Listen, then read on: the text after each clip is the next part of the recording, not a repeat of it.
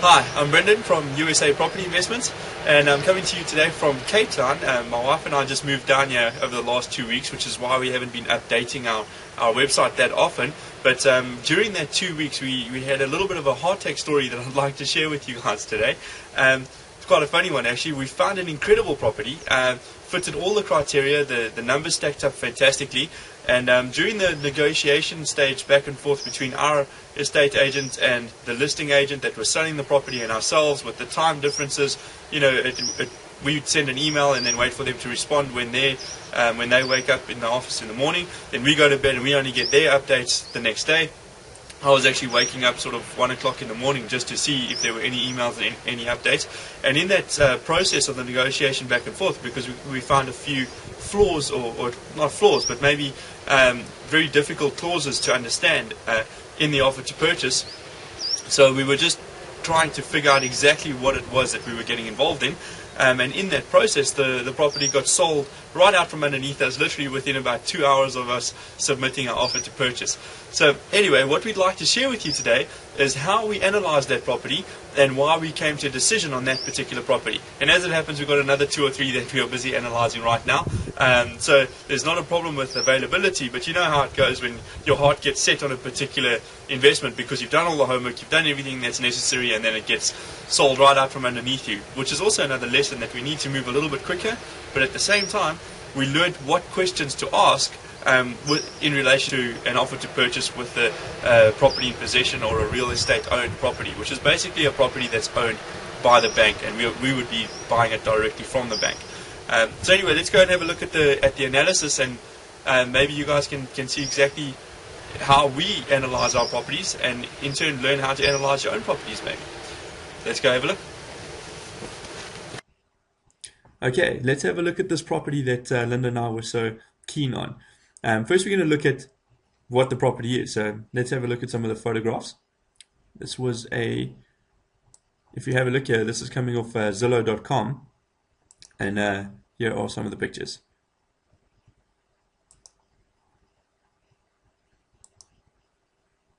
So as you can see, it's quite neat, but on this particular photograph, you can see no fridge, no washing machine, no dryer, and no stove or oven. So that means that we actually have to buy those appliances in order for us to be able to put a tenant into it.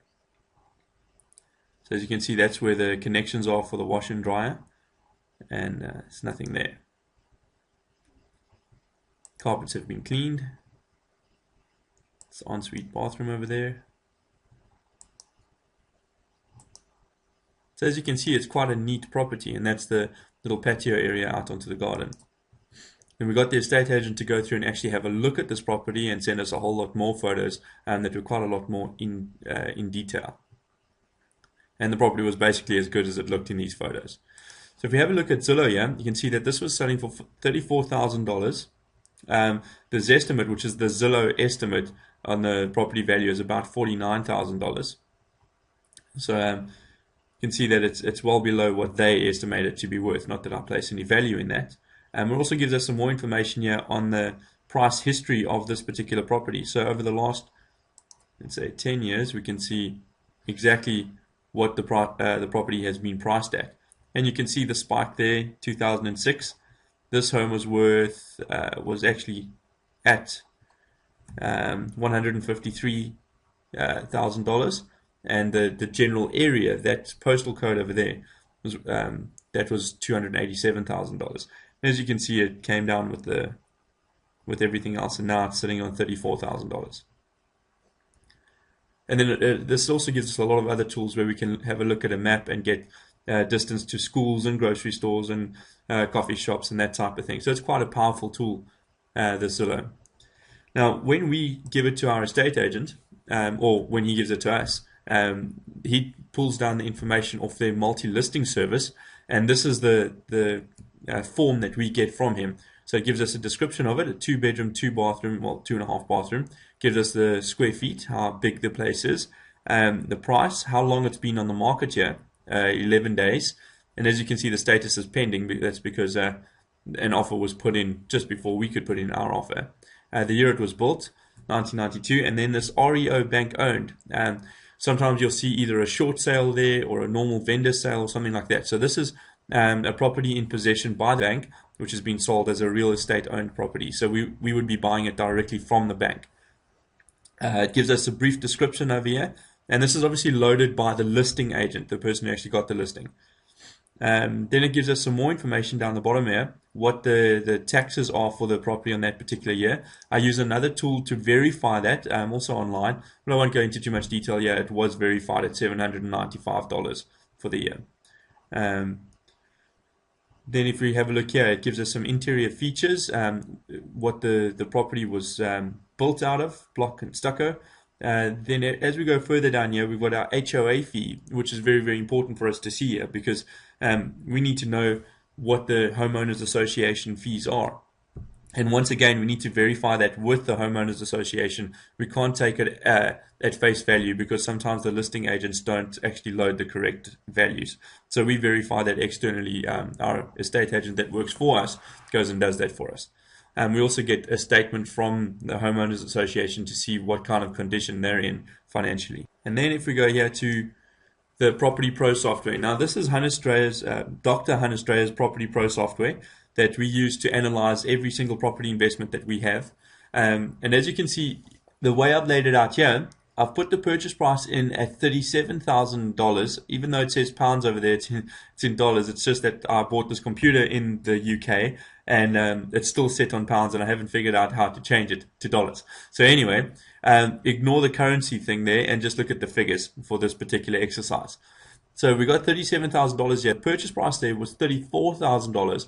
But as I said, we would need to buy a fridge, a washing machine, a tumble dryer, and a stove. So I budgeted $3,000. I did some research on what we can, what we can buy, and it would come in under $3,000. So I've just budgeted a little bit extra there. What I've also done here, you see the market value. I've just set it at whatever we're prepared to pay for that property, because that's what the market value is. It's what a willing buyer is prepared to pay for the property.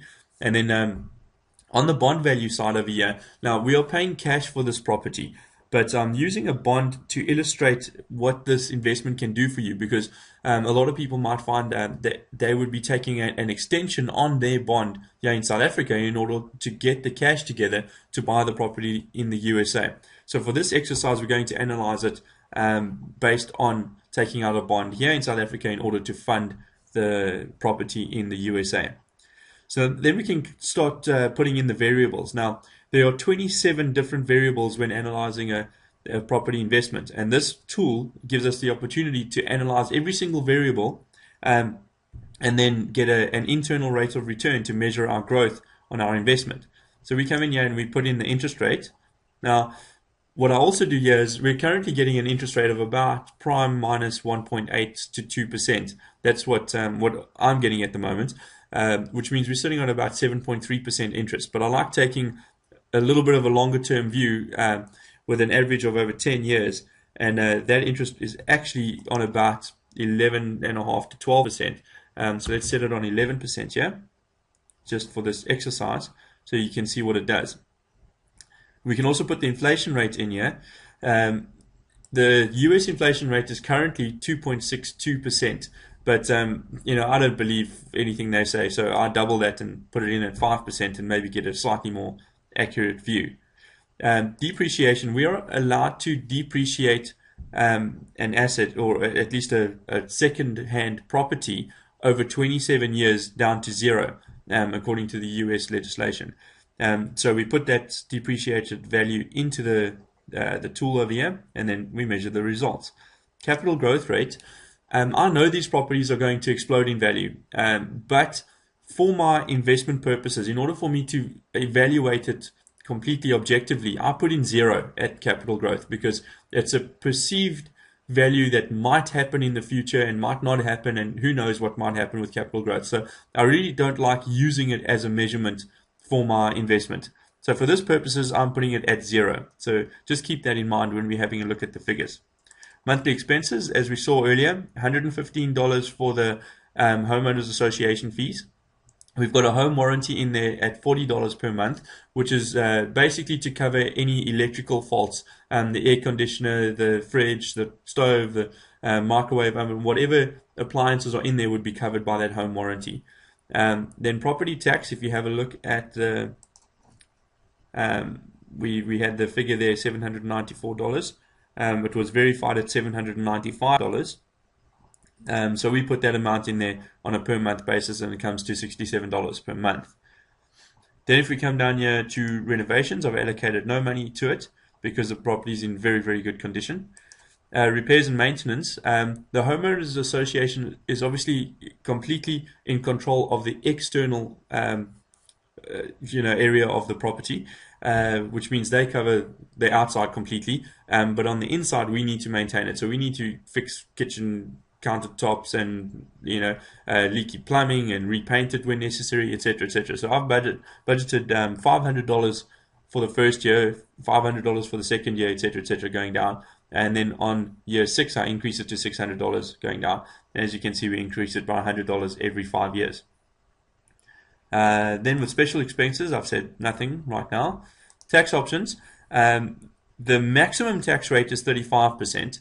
The marginal rate, which I've set it at here, is 15%, purely because we can offset a lot of the expenses, and we can actually bring it right down to 0% tax if we structure it correctly. But for this exercise, we're going to put it in the middle at 15%.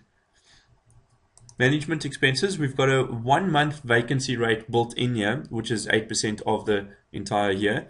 The management fee is 10% of the rental amount, and we plug that in over here, and then we measure the results.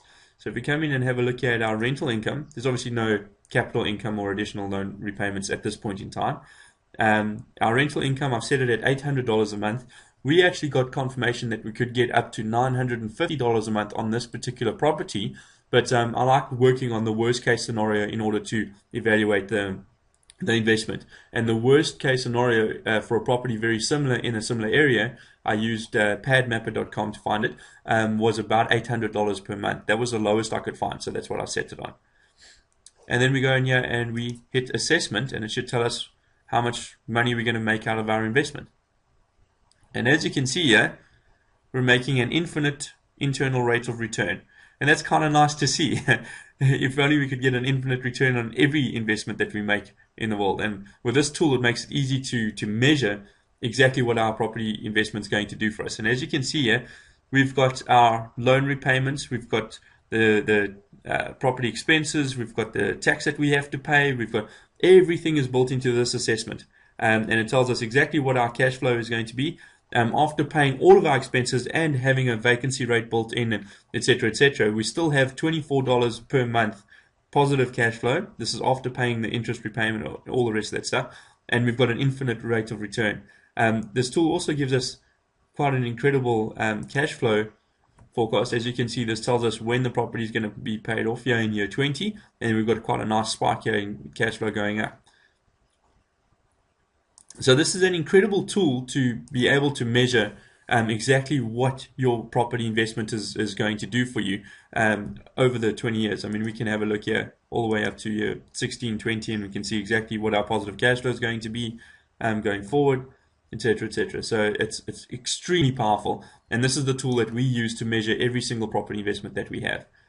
And as you can see, because it gave us an infinite return on investment, that's why we fell in love with this property. Because it's an incredible investment. Anyway, I'm going to sign off for now and go and evaluate another 2 or 3 properties that we found, and hopefully be putting in an offer to purchase today on one of them.